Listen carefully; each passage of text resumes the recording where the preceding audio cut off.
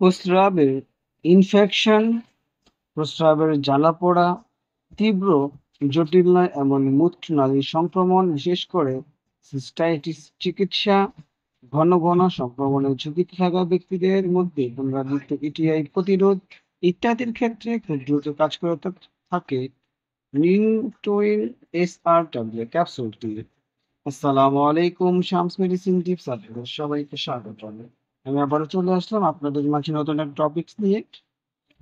আজকে আমার টপিকস হচ্ছে নিনটুইন এসআর ক্যাপসুল 100 mg। এটি আমাদের যাদের প্রস্রাবের রাস্তা অতিরিক্ত জ্বালা পড়া, প্রস্রাবের সমস্যা এবং তীব্র জটিল এমন মূত্রনালীর সংক্রমণ, বিশেষ করে সিস্টাইটিস চিকিৎসা, ঘন ঘন সংক্রমণের ঝুঁকিতে থাকা ব্যক্তিদের ক্ষেত্রে এই ক্যাপসুলটি খুব দ্রুত কাজ করে থাকে।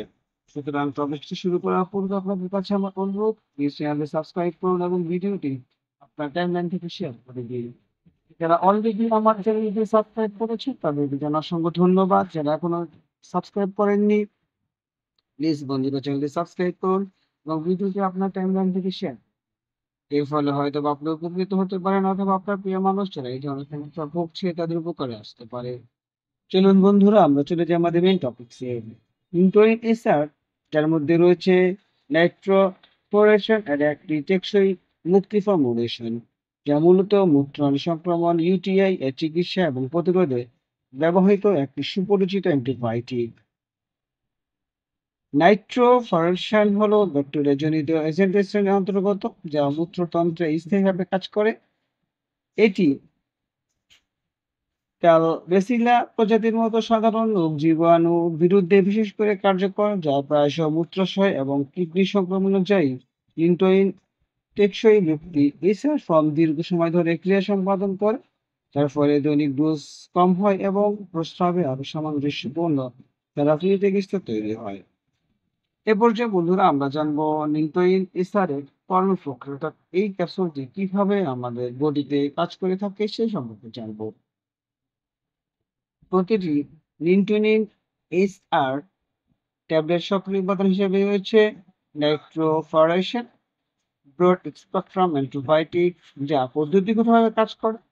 তার বিপরীতে নাইট্রোফোরেন্টেন প্রস্রাবে ঘনীভূত হয়। এটি ব্যাকটেরিয়াজনিত এনজাইম এবং রাইবোসোমাল প্রোটিনের সাথে হস্তক্ষেপ করে কাজ করে, যা ডিএনএ, আরএনএ এবং কোষ প্রাচীর প্রোটিন উৎপাদনের জন্য অপরিহার্য। ফলস্বরূপ এটি ব্যাকটেরিয়া বৃদ্ধি ব্যাহত করে এবং তাদের ধ্বংসের দিকে পরিচালিত করে। টেকসই মুক্তির বৈশিষ্ট্য গ্যাস্ট্রোইন্টেস্টাইনাল ট্র্যাক্টে ওষুধের ধীরে ধীরে মুক্তি নিশ্চিত করে, দীর্ঘ সময়ের জন্য প্রস্রাবের কার্যকর ঘনত্ব বজায় রাখে। এটি রোগীর সম্মতি বাড়ায় এবং ওষুধের মাত্রা ওঠানামা কমিয়ে দেয়। এ পর্যায়ে বন্ধুরা আমরা জানবো নিউটোরিন এসআর এর কাজ, অর্থাৎ কি কাজ করে থাকে, কি কাজ করে থাকে এই ক্যাপসুলটি। প্রথমে রয়েছে তীব্র জটিল নয় এবং মূত্রনালী সংক্রমণে, বিশেষ করে সিস্টাইটিস চিকিৎসার জন্য এই ক্যাপসুলটি খুব দ্রুত কাজ করে থাকে। ঘন ঘন সংক্রমণের ঝুঁকিতে থাকা ব্যক্তিদের মধ্যে পুনরাবৃত্তি ইউটিআই প্রতিরোধ, অর্থাৎ যাদের আহ, ঘন ঘন সংক্রমণ হয় এবং কিডনি সমস্যার প্রতিরোধে এটি কাজ করে থাকে।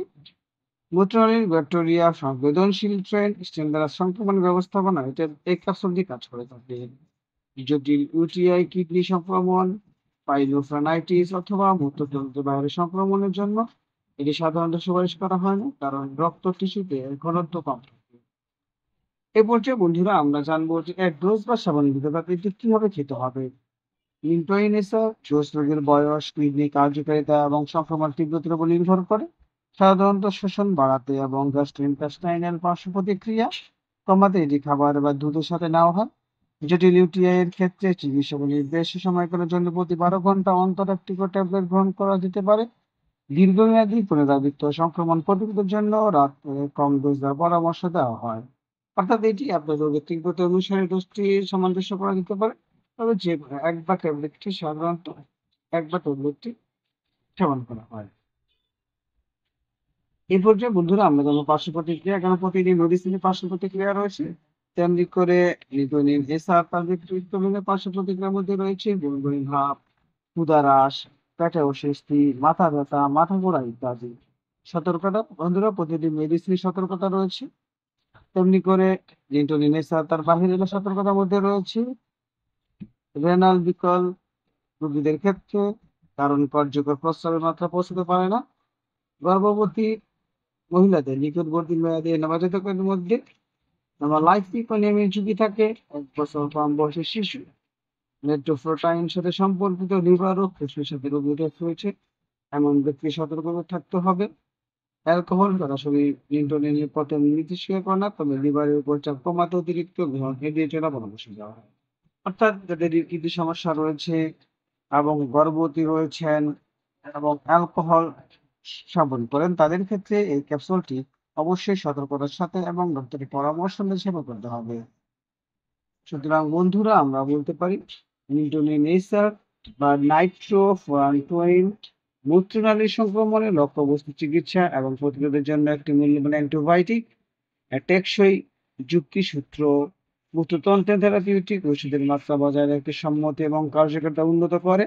সাধারণত নিরাপদ এবং সহনীয় হলেও নিরাপদ ব্যবহারের জন্য উপযুক্ত ডোজ, চিকিৎসা তত্ত্বাবধান এবং কিডনির কার্যকারিতা বিবেচনা অপরিহার্য, বিশেষ করে মূত্রনালীর অ্যান্টিব্যাকটেরিয়াল কার্যকলাপকে কেন্দ্রীভূত করে।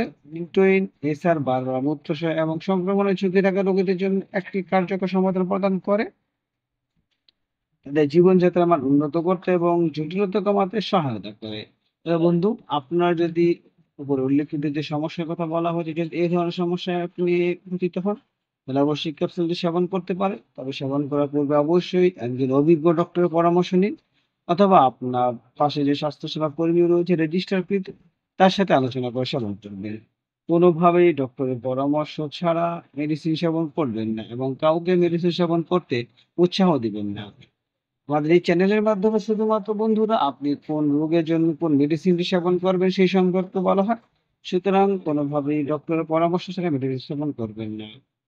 ভিডিওটি যদি আপনার কাছে ভালো লাগে এবং উপকারী মনে হয়, তাহলে অবশ্যই বন্ধুদের সাথে শেয়ার করে দিন। যাওয়ার পূর্বে আবারও বলছি বন্ধুরা, প্লিজ চ্যানেলটি সাবস্ক্রাইব করুন এবং ভিডিওটি আপনার টাইমলাইন থেকে শেয়ার করে দিন। এর ফলে হয়তো আপনি উপকৃত হতে পারেন, অথবা আপনার প্রিয় মানুষ যারা ওই ধরনের সমস্যা ভুগছে তাদের উপকারে আসতে পারে।